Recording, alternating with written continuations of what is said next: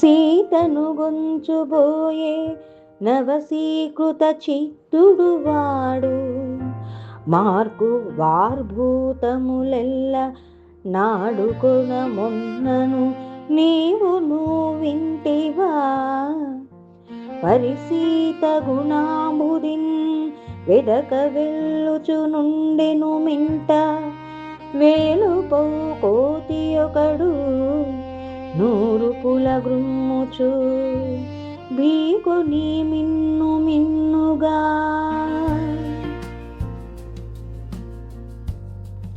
ఈ పద్యంలో మైనాకుడు హనుమంతుడితో ఇలా అంటున్నాడు: ఓ హనుమ, మనసు చెడిన ఆ రావణుడు సీతమ్మను ఎత్తుకెళ్ళాడు. ఆ విషయం నేను విన్నాను, నువ్వు కూడా వినే ఉంటావు. ఇప్పుడు నువ్వు గుణాలకు సముద్రం లాంటి ఆ సీతమ్మను వెతకడానికి ఆకాశంలో 1000 సూర్యుల తేజస్సుతో 100 యోజనాల సముద్రాన్ని దూకుతూ అంతులేని ధైర్యంతో వెళ్తున్నావు. కొంచెం ఆగు నాయనా, నా మీద విశ్రాంతి తీసుకో. రామకార్యానికి శక్తి కావాలి కదా.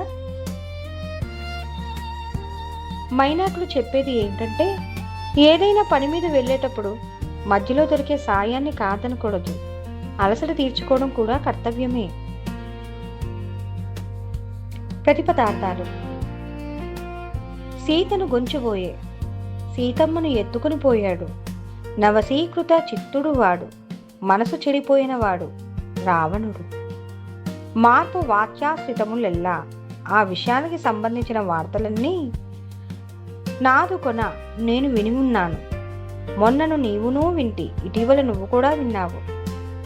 వా పరిసీత గుణాంబుదిన్, ఆ గొప్ప గుణాలు కలిగిన సముద్రం లాంటి సీతమ్మను వెదక వెళ్ళుచు నుండెను వెతుకుతూ వెళ్తున్నావు.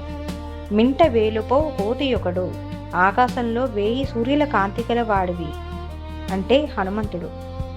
100 పుల గ్రుమ్ముచు 100 యోజనాలు దూకుతూ ఢీకుని మిన్ను మిన్నుగా ధైర్యంతో ఆకాశమంత ఎత్తుగా